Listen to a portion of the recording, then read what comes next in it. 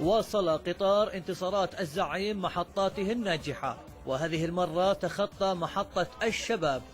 المباراة انطلقت بهدف غير محتسب للعربي بداعي التسلل مع الدقيقة 12، ليستقر اللعب بعدها في وسط الملعب في ظل محاولات أكثر جدية من قبل الزعيم، إلا أن أي من هذه المحاولات لم يكتب لها النجاح، وكان أخطرها كرة فهد الرشيدي والتي جاءت من طلال نايف، إلا أن الشباك الخارجية هي من اهتزت.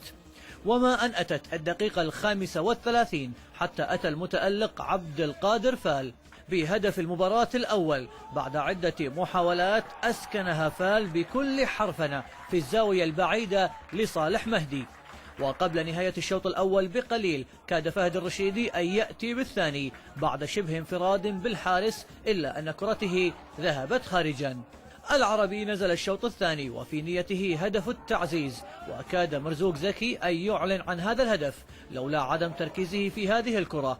عرضية من علي مقصيد من الناحية اليسرى للأخضر، أضاعها فال وهو بمواجهة صالح مهدي بكل غرابة مع الدقيقة 18. ومن أول كرة للبديل محمد زعبية استلم كرة هيأها برأسه لينفرد على إثرها بالحارس، إلا أن تدخل الدفاع في اللحظة الأخيرة خلص الكرة وسط اعتراض الجماهير ومطالبتهم باحتساب خطأ.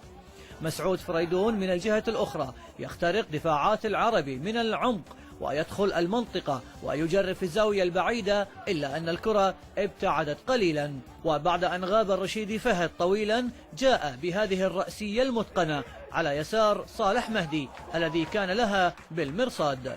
وقبل نهاية المباراة ب3 دقائق ومن كرة أخطأ في تقديرها الحارس صالح مهدي وصلت للمحترف زعبية لم يتوانى في إيداعها المرمى، معززا فوز فريقه بهدف 32 نقاط غالية. فريق قاعد يدي كويس في المرحلة هذه، وإن شاء الله يعني نستمر على نفس الحال. وما بالنسبة لفريق الشباب كان فريق ممتاز وشاركنا في الشوط الأول وفي الشوط الثاني، وأما بعزيمة العزيمة والإصرار الحمد لله قدرنا نحقق هدف في الشوط الأول وهدف الشوط الثاني، وخلصنا احنا يعني حتى لو هدف واحد ساعد أهم شيء جايين على 3 نقاط، أخذنا 3 نقاط والحمد لله على كل شيء. مبروكين حق اللاعبين يعطيهم العافية ما قصروا، وأقول هارك حق نادي الشباب قدمتوا مستوى طيب. ثاني شيء عن الإصابة الحمد لله إصابة مو ذاك الزود، لاحق ما بين باكر بروح المستشفى وإن شاء الله خير، لا مو قوية إن شاء الله.